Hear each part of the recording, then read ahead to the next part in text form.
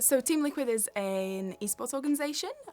They primarily focus on pretty much all esports titles, I believe, at this time. They also have an agency side of things called Liquid Media, which sits right under Team Liquid. And Liquid Media has recently resurfaced, trying to work with more clients, the main client being Alienware, who is the client that I worked with mostly. And yeah, the agency side of things kind of gives strategy, content production, video editing, creative, anything you can imagine pretty much that an agency would give from marketing side of things is what Liquid Media does. So my name is Monika Strauja. I have been in esports for a little over 6 years now, I believe. I started in university, just like this one, pretty much, just in Kiel. And now I work as a content strategist for Team Liquid. Yeah, so I didn't really know what esports was. I also didn't really play games. I pretty much joined university and my classmates introduced me to League of Legends, and that's where I started. And then I pretty much very quickly got a passion for it. Then I found out esports society in university, then found out who Newell were. They were at the time the only tournament organizer for universities. And I pretty much started with them. I worked with them first as a league, whatever the name is, I can't remember now, but it's literally just helping them with making sure that like everything goes well on league match days. And then I got a position of Twitch Student Program Product Manager, which is a very long title, but that's kind of where I started. And then I had a passion for it, and after university I decided to pursue it, and it worked out, thankfully. So yeah, now I'm here. Yeah, I think stay true to yourself. I think that's the best advice I can give, is make sure that you understand your strengths and your weaknesses and don't push yourself beyond the limits, because that doesn't lead to anything good, and you'll burn out and you won't have the passion anymore to keep going. That then requires you to step away for a while, and recuperate your thoughts and get your mental health back in check.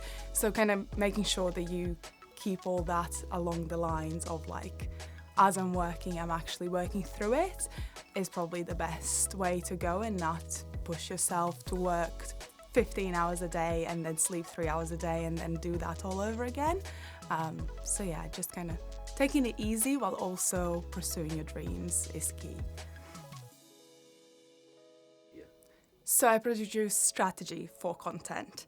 There's a difference between producing content and producing strategy. Strategy is kind of the background of what we are looking to achieve with this content piece.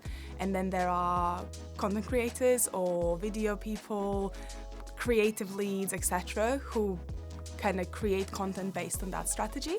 The strategy helps the company achieve its goals in a manner that isn't just put any content you have out there, but put it out there with a thought of what is that piece of content going to get us, who are we aiming to kind of hit from the audience, who we want to see this content piece, and then inevitably reach that goal. Yeah, so I think the best kind of attributes for a content creator are probably being brand safe. What that means is that you need the content creator to actually not swear a lot and obviously not be racist, sexist, homophobic, etc. There is those key moments that you need to make sure that you understand your brand itself. As long as you understand what the brand stands for, you can understand the niche, kind of nitty-gritty things that are brand safe for them. Making sure that the content creator most likely is energetic if that's what your brand is pursuing. I think in gaming, majority of people want to be energetic, especially from content side of things, because we have enough people who are kind of sat behind the scenes, not really exposing their personalities. And then additionally to all of that, you obviously want a likable person. Somebody who actually enjoys what they're doing. I think that is one of the kind of crucial moments, is actually seeing them create that content instead of forcing them to do the content and then putting that online and you're like, yeah, nobody's enjoying that because even the content creator isn't enjoying it. So yeah, I think those are kind of the key moments to look at when you're picking content creators. I really like the campus. I do believe that it's very student friendly. It's quite accessible, which is super necessary, I believe. I think the studios, any areas that I've seen with the equipment is great. I think seeing something like that in university is super amazing, and for any student coming here, I would say that they'd get the best they can out of their degree. There's a lot that's going on here, but in a very structured way, which is absolutely amazing. I think my kind of passion and want to give back to students comes from myself being a student when I started in the industry. I think it's kind of giving that hope to students that there is something out there for you, and making sure that you can pursue your passion without being afraid to do so. I think there's also a lot that industry kind of pushes from negative side of things, where I think a lot of students are discouraged to actually pursue their dream, and kind of makes themselves second guess themselves. So I think that's kind of why I wanted to come and give back and explain that although there are hurdles like in any other industry, there is a way to pursue your dream and actually make sure that you achieve it. So yeah, I think that kind of is what leads my will and passion to give back to students. I think coming from university and wanting to go into the professional scene of an industry that is very male dominated, as a woman back in 2018, right before COVID, it's quite difficult. I think there's a lot of pressure to succeed and make sure that you kind of do that extra work that maybe other people of the organization don't necessarily do. I think there's a lot of kind of that falls on you, and the more you take on, the more people want to give you work and kind of, for the lack of better word, use you. And I think that's probably one of the biggest stepping stones I've had to learn throughout my career, kind of going into the professional industry and setting that example of overachieving, because that's also who I am as a person. I'm like, I always gotta overachieve. Going into a job isn't necessarily the greatest thing, although all people that would give you a job would most likely say that they want an overachiever, where to me right now that's pretty much a red flag, because I'm like, that's just not great. I don't think that that creates a healthy work-life balance. And I think that is kind of where the biggest stepping stone comes in, is like balancing out your personal life and your job, because I think it's important to remember that your job doesn't define you, and your job isn't your whole life. You know, you still gotta make other things in this life. So yeah, I pretty much would say that kind of balancing it out is probably the most difficult thing I've had to do. I think it's okay sometimes to overachieve, right? Because sometimes, as an example, this is coming up, right? The event, you kind of have to make the deadline. There is no leeway in that. And if that kind of creates the space for you to require to work extra hours, you will, because an event is coming up.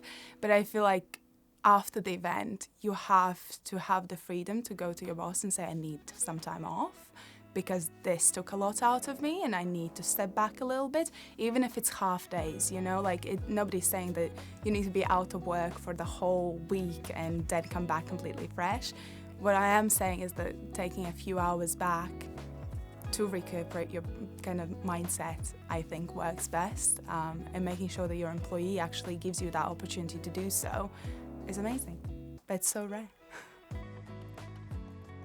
So I've recently stopped working with Team Liquid, but my time with them was absolutely amazing. I think they are one of the best companies I've ever worked for, and that's saying a lot.